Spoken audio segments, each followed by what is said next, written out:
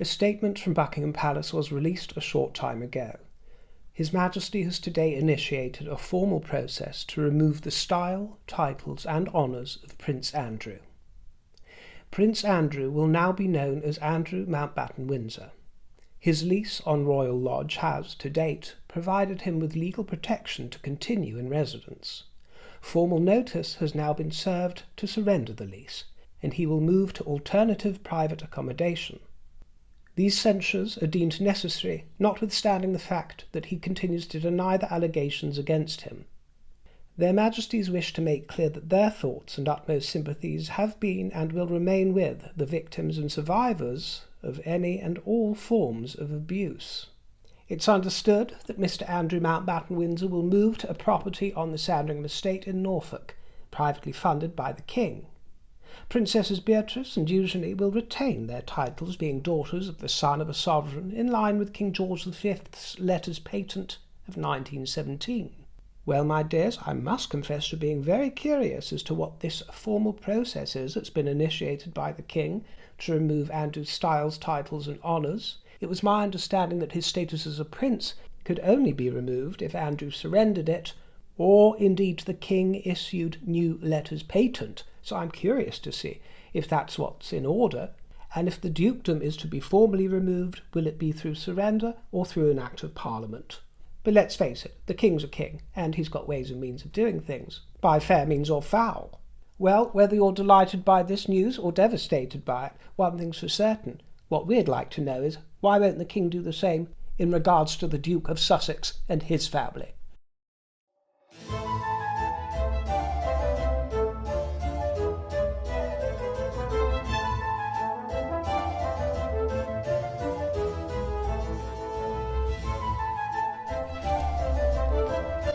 Welcome to the broadcast, my dear old fruits.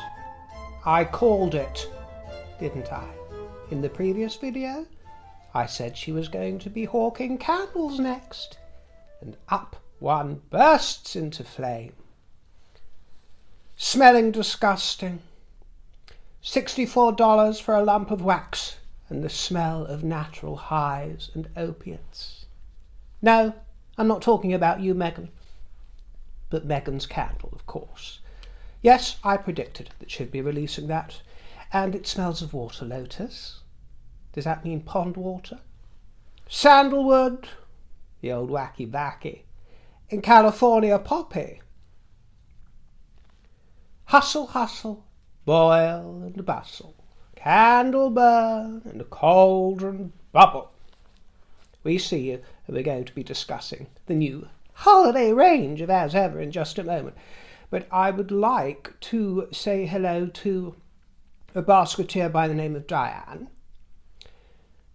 she's from Chicago, and she sent me a picture of a painting that she did, which is full of joy. It is absolutely full of joy, so I said I'd share it with you. And Diane very kindly sent me a tip jar treat as well to thank me for my dedication to the broadcast. Thank you most sincerely to anybody who bothers to take the time to do that. It's not necessary, but it's always so very, very appreciated when people take the time. And a poem came along with this wonderful picture, and Diane has chosen the rich blues that I sometimes wear, full of sapphire delights. In the heart of ancient lands it flows, a glorious river, silver-threaded vein, embracing cultures in its gentle throes, where beauty blooms like eternal rain. I'll read it in its entirety. At the end of the broadcast, I think I'll put together a little something. But back to the holiday collection. She daren't call it Thanksgiving or Christmas or anything exclusive. So it's holiday time, introducing our holiday collection. If As Ever has a holiday season, it's officially starting now. From the moment the first fall apple is ready to pick, till we're clinking glasses to ring in the new year, we're happily wrapped up in a beautifully busy world of hosting, gathering, and gifting. Grifting, should that be, my dear? And by the way, she talks about clinking glasses. Clinking glasses is for riffraff. It's for riffraff. I'll clink a glass from time to time if somebody goes to do it. Then I won't be rude enough to disabuse them. of such common behaviour, but it is common to clink glasses. Just for those of you who are uninformed and wish to know, you know there's nothing wrong with riff-raff per se. It makes the world go round, doesn't it? But you know, if someone calls out cheers and goes to clink a glass, then you do it. That is called noblesse oblige. You go along with it, my dear. I'll have the good grace to do so. But if you want to do what we do, you understand, in society, if you want to know the way, then you do not clink or touch glass. No. You simply raise the glass with a nod to your good health. Yeah, that's the way you do it, my dear. Just raise a glass. You understand? If you must make contact, then a brush of the knuckles is just fine. So, you know, and then she goes into more sophistry on stilts that I'm not going to bother myself with reading all out, but you get the gist of it, my dear. She has her signature fruit spread gift set with raspberry orange marmalade and strawberry for $42. And apparently it's inspired by the preserves of our founder, Meghan, who creates, shares, and uses every day in her own home. You notice that the entire brand, by the way, the entire focus of this as ever effort is based on fruit. And as you will know, as fruit basketeers, that has been the entire theme. That is the entire axis upon which this globe of the basketeers spins. Fruit, my dear old fruit. So fruit basketeers. Do you see how she casts along the sky like some sort of vulture and hones on in and gets all the good ideas? My tip jar corner, she takes from all of that, and she's stealing all of this. Now she's got the temerity to have her spread, her fruit spread. Well, it doesn't compare or compete with my confection. The Honey Duo gift set is next. Wildflower and orange blossom. $62. $62. I'm sure that many of these things are fairly yummy, you understand, but we can all trot down to the local rinky-dink and buy them, can't we? For far less. And then we have it, the signature candle, not moulded after Little Todge, but it's number 084, our scent of home, elegant and earthy. Its number 084 is a nod to her birth date of August the 4th. And it's an elevated gift, sure to be warmly received. Elevated how, exactly? May I ask? It's wax, it's wick, it's artificial fragrance, and the same pots you can pick up at the rinky-dink. There's nothing elevated about it, my dear, other than the price. We see you, darling. But that's enterprise for you, if fools are foolish enough to spend on such tomfoolery. Then there is a signature candle that Meghan has. For $64 once more. This was the 519 featuring Moroccan mint, cardamom, and tea leaves. Reminiscent of her wedding day, she tells us, on May the 19th. That's why it's called 519. Our founder's favourite scent, they say. Do you see, this is their new house style of calling her our founder all the fucking time. Her name's Meghan, we know that. Or Rachel, or Nutmeg. Founder, my ass. And then there's more booze for sale from the sales girl, the merchantess of Venice. A special wine with apple pear, the official emblem and mascot of the broadcast. Apple, pear, and white peach. She ain't having a slice of my white peach, I'll tell you that, my dear. She might desire it, as her husband does, but she's not having a bite. And what's so special about this wine is the fact that it's $89. For this cheap rinky-dink wine. Sage honey and honeycomb. Then she's got mulling spice kits with spiced cider, hot toddies. Oh, delicious, delicious. Well, I'm the only hot toddy around here, my darling. And around my fruit basket. So don't go veering into my territory, do you understand? And I'm not the only one that isn't best pleased with the gal, because she's been receiving booze in the hundreds of thousands, and so has the husband, on a little day trip out to basketball. The Harkles have infuriated sports fans. In America,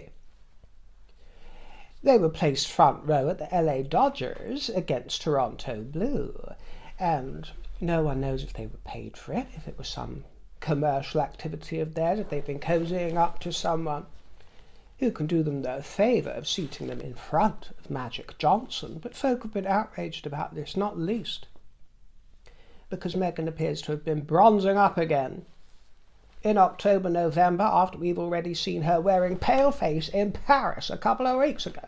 So it must have been some hell of an Indian summer in Montecito, because she's been bronzing up again, yeah. Also, she's been supporting the Dodgers after previously being seen supporting the Blue Jays when she was involved with Shields and Toronto. Do you see how she is certainly very versatile, isn't she, this gal? Harry probably is too. Well, pick a colour, whether that be face or team. That's all I can say. You know, she'll go where royal don't go, won't she, to get on in there. And Harry's becoming similarly enthused. And then it was to the pumpkin patch for all things autumnal, with Halloween on the way, and she's using the royal grandchildren as currency. And by now we're not surprised, are we, darlings? This is how they do it. Playing peekaboo with the kids. And it's very nice to know that they're enjoying a happily family life. You know, people say that the girl looks feral and that she shows no favour to Archie. I am not of that bent, I've got to tell you. I think the most wicked, silly things go round all the time. They look like very well looked after children to me, very loved, happy and healthy. Yeah, they're sequestered from a lot of the rest of the world, but I happen to know, and I'm not just saying this as a whisper, I know as a matter of fact from people who know, that they do mix and they do socialise and they are out there in ways that you haven't got your hands on, but they are as socialised as any royal or formerly royal children could be. So, oh no, I don't begrudge them any of that. What I do begrudge them is merchandising the King's grandchildren. It's not on. And this week there was an appearance from Prince Harry. He appeared on a podcast with Hassan Minj. I'm not sure how that's pronounced. Minaj, or I call him Mr. Minj. It's called Hassan Minj Doesn't Know. And I'm not going to go through the whole affair. I want to get on to other royal matters. But some of the highlights is that Harry admits in one section that he's got terrible legs for shorts. He doesn't wear shorts around the place. And he says himself that he has chicken legs. I got chicken legs. I don't really, no one should see my legs in a restaurant. Understood. Well, at least that's something you've got in common with your wife, my dear, is it? You've got, oh no, she's not chicken legs, is she? Frog's legs, I'd say, more in line with frog's legs. So there, I've inspired the title of a new poetry volume for you, Meghan, The Chicken and the Frog. There's a grim fairy tale for you. Yeah, from the waist down, apparently, he's no good. But I don't really have legs for shorts. Okay. So that's... Really... Oh, got it. Does that include little Targe? The little spree of carrots, baby carrots, down there amongst the orange marmalade, I'm sure. Well, now I noticed Harry behaving like hail fellow well met is actually really rather cagey. Doesn't want to trip over the tongue. No. And when he is asked questions by Mr. Minj, he repeats them back. What's the most American thing that you do now? What's the most American thing that I do now? Surf. And you know why people do that, don't you? You know, he repeats the question back to his interrogator before he answers. It's a device by which to furnish him with a few extra seconds to get his story straight before he spits out the so-called facts and the shuffling thoughts that go on behind the veneer, the ginger veneer. So I noticed that where a simple yes or no answer could have done, he bides the time by repeating the question and sophistrizing. And I've also noticed that the people that he selects, the various Saturday night hosts that he'll associate with and invite into his circle, they all seem to have this boyish fondness for inane, jejune atmosphere. You know, the sort of atmosphere of jocking boys, not manly and mature like William with Eugene Levy, do you understand? It's fine to have a laugh and a giggle, of course, and good humour, but The sort of jockeying atmosphere of boys is tiresome, tiresome, as he approaches the mid-40s, you understand. So Mr. Minge says to Harry, you've always been one to share how you feel. And you were really vulnerable in your memoir, Spare. And I know there was a lot of pain in those pages. There was a moment in the book that really shook me to my core. And this was very interesting because something funny, Harry? And I know there was a lot of pain in those pages. There was a moment in the book that really shook me to my core. Something funny?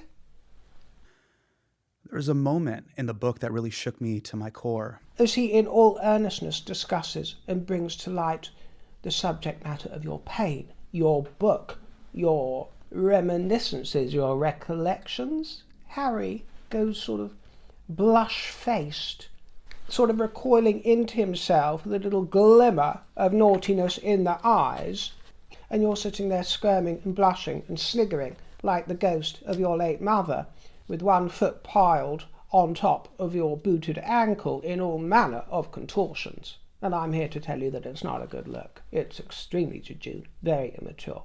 Because it was all one big laugh, right? That whole misadventure. Via J.R. Ringer, you know as well as we do that it was a hoax, as were all your aspersions upon the likes of your father and your sister-in-law. Mr. Minge says, both as British and Indian men, we're brought up to hide our feelings. And people get away with saying this sort of thing unquestioned. No disparagement to you, Mr. Minge, but no, you weren't.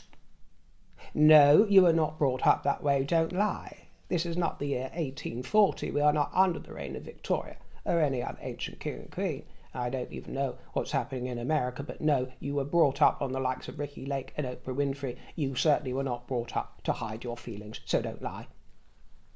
Don't lie. Perhaps you're alluding to the traditional dignity of reserve, certainly of the British Reserve, which means not airing dirty laundry in public. And I don't see anything wrong with that, and that's quite a different thing altogether, but both of you appear to have actually been raised to shout your feelings from the fucking rooftops and monetize those feelings. Don't reinvent, reimagine, or lie, storyteller. And then they had the temerity to go on speaking about the dangers of social media and of misinformation and disinformation. Now listen here, of course they've got great points, very good points, as the main thrust of the theme. But there are some sinister tones to Harry's discussion when he says we have to take control of our devices and our algorithm. What exactly do they want to control when it comes to the algorithm? The rhythm of the bongo bongo drums. Ha ha ha! Mr. Minge asks Harry, are you going to become a US citizen? Am I going to become a US citizen? Repeating the question to buy some time. It's just a yes or no answer, Harry. It's not that convoluted. Are you? Will you? There are no plans to be at this point. Nicely done. Very non-committal, Harry. No plans at this point. Reluctant to give away that which you besmirch and say you're desperate to run from. Wonder why that is. Afraid to settle and plunge a stake with the stars and stripes and a billowing flag into the mound of your gold rush pile in Montecito. Hedging your bets. It was to the cathedral city of Staffordshire for the king, in fact Lichfield, and the admin of the royal page said, we see all the LGBT and serving members and veterans of the armed forces and we salute you. and there were rainbows involved. So gay fruits were on parade at the National Memorial Arboretum, which actually was a very moving, worthwhile, and super ceremony, I'd say, which the king attended, a dedication ceremony of this new memorial in recognition of all the members of the letters community who have served in the military. You know, I actually, although I very much support this event and the king's involvement, which I think is just fantastic, it means so much to so many people, and the gay fruits up and down the kingdom, but I don't enjoy seeing the administration of the royal family's official pages. You understand it had nothing to do with the king personally. But using the language of the woke and those with a certain ideology, the LGBT plus QIA 7,000 million letters of the alphabet people, you understand, using that kind of language with rainbows all over the shop, no, you know, it goes too much down the lane of a certain ideology, a political bent, and, you know, let's just call things what they are: gay, lesbian, and fruity. Yeah. So throughout the 20th century, homosexual men and women and bisexuals were banned from serving in the armed forces. Well, that's the way the world was, my dear. The king laid flowers and heard speeches. The memorial features a freestanding open letter incorporating words that have been drawn from the testimonies of former service personnel who were affected by the ban, alongside contributions from current serving members and veterans. And aren't they a fine bunch of fruits? Absolutely love you, my dears, love you. Gays, bisexuals, lesbians, trans. Oh, we have love for everybody here in the fruit basket, my dear. Just don't pee on our legs and tell us it's raining, and tell us that the sky is blue and that the grass is green. Do you understand? Live your life as you want, but don't demand that there's no such thing as science or biology. In Lichfield Cathedral, the king joined the community commoners to celebrate local heritage skills with a focus on the 5,000-year-old oak that was used in the Fenland black oak tables. And this absolutely wonderful, originally crafted for Elizabeth's Diamond Jubilee. It stands as a symbol of unity and of hope. And you might have read in the papers that the king was heckled over Prince Andrew by somebody. He ignored the foolish peasant. So, no big deal, just another day's work for our king. And as for the Queen, well, she was opening up the new community hub in Wiltshire, that is a remarkable rebuild standing as a symbol of unity and resilience after a devastating fire 4 years ago when the village hall burned down. It was an absolute disaster. But she was there to bring joy in its re-emergence, phoenix-like from the flames, and I thought the brooch that Her Majesty was wearing was so exquisite. It was something different, a different shape, a sort of gleam like a lake on the breast of our queen. I thought it was gorgeous. And she received artwork of her dear dog Molly. Wasn't that a wonderful gift there? There were poppies galore in Corsham. And no, Meghan, not your godforsaken Californian poppy as part of your capital set. No, these were much more sophisticated and elegant in tone, and the Queen placed the final poppy to complete a memorial to World War II. This was at St Bartholomew's Church. Well, the Poppy Project is a display of knitted and crocheted poppies created to mark the 80th anniversary of the end of the Second World War. Isn't it dignified, and wasn't the Queen absolutely astonishing in her regality? As was His Majesty visiting Neasden Temple, Europe's first traditional Hindu stone temple, to mark 3 decades since its opening in 1995. And together with the Queen, he met with worshippers and representatives from the community and social impact initiatives. And you might recall he visited many times as the Prince of Wales, and on this occasion he was welcomed by dignitaries, pausing for a moment of reflection in the central shrine, and Their Majesty's observed petals being offered to an image of the sacred principal deity of the temple, and the ceremonial pouring of water was performed by the head priest. It was full of vibrant colour, garlands and charm, and school children performed a prayer for world peace. Of course, I understand it's not going down well with all, and not going down well with everybody. The king is facing a barrage of criticism for his fondness for dressing up the affairs of other religions, shall we say. But a lot of the accusations you hear, I will warn you, are rather absurd. I mean, all of this, him becoming a Muslim jazz, which is complete sophistry. It's silly. And what a lot of people don't understand when they see him in all these garlands or whatever they are, these leis, and adopting the customs of other religions, a lot of it is because he is simply following in the footsteps of his late mother, Remember, in her day, for most of it, there wasn't a large social media presence, so you weren't necessarily used to seeing her wandering around in socks, removing shoes, donning veils, this kind of thing. It was simply always a question of respect, not only for other religions, but the fact that other religions come under empire and under the embrace of empire. As defender of our faith, there was also an opportunity to go into dialogue, into faith dialogue, you understand, and garner respect, and be civil with each other. So this is where he's coming from, you understand. So having said that, I do know and I understand and agree with those who say that our own national religion, even though it is not imposed upon anybody, I understand, but our constitution is inextricably entwined with Christianity, as is the entire Western world. It sprang from Christ, and our national religion, which I'm calling it for the sake of this holding forth, is under threat. We see it, we feel it, we know it. So things have changed. The temperature has changed, and because the king perhaps doesn't have his finger enormously on the pulse of those that care too much about it, he might be missing a little trick here or there, and I do think that he needs a bit of a shake-up and a word with him at some point in time. But what you've got to understand is that he's so well-intentioned. He really is.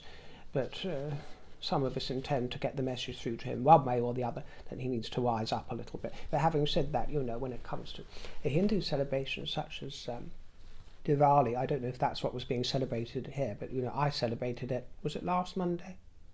What day is it today? Not last Monday, but the Monday before. I celebrated Diwali myself with my Hindu friends. Those celebrate, and we had the most enchanting time, and I dressed up for it. I've got to tell you, I was all glittering, and we had such a happy time. It was wonderful. I have a great deal of time and love for the colour and the vibrancy of these celebrations, my dear, and for the people, the gorgeous people.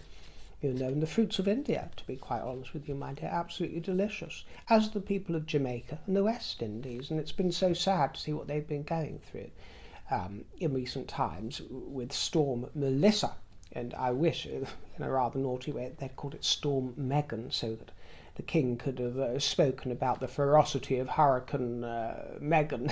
That would have been something, maybe next time. Don't mean to joke about a serious subject, but I'm going to read out what the king said, and then I will read the verse that was made for me, together with my painting to finish off. But with regards to Jamaica, the king said that my wife and I have been deeply concerned and profoundly saddened to see the catastrophic damage caused by the ferocity of Hurricane Melissa in Jamaica and across the Caribbean. As we continue to follow the situation closely, our anxious thoughts are with all those who have been so cruelly affected by this awful storm. Above all, our most heartfelt sympathy is with the families, friends and loved ones of those who have tragically lost their lives. Jamaica is a land for which I have had the greatest affection ever since I first visited the island while serving in the Royal Navy on the West Indies station over 50 years ago. I know that no disaster can break her people's enduring spirit of strength, solidarity and steadfastness. I particularly want to express my sincere admiration for all of you, and especially for those who have responded so courageously when that spirit has been called upon in a desperate situation such as this. I have the greatest appreciation for the efforts of the emergency services, frontline workers and volunteers who are working bravely and tirelessly in support of rescue and recovery efforts across the island. This most dreadful of record-breaking storms reminds us of the increasingly urgent need to restore the balance and harmony of nature for the sake of all those whose lives and livelihoods may have been shattered by this heartbreaking disaster. Our special prayers are with you all. King Charles. Thank you, Basketeers, for your company. Thank you to Diane in Chicago for the painting and the verse and the tip jar treat. I shall read out that verse as we sign off. See you next time, my dears. Ta-ra, stay fruity, always on royal duty, and toodle pip.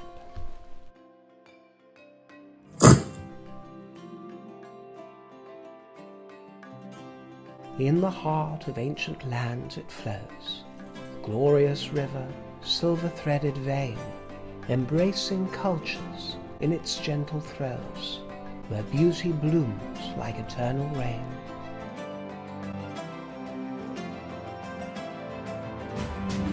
Royals once bathed in its sapphire gleam, whispers of empires on its banks reside, a crown of willows, a throne of dream, where grace and legacy forever abide.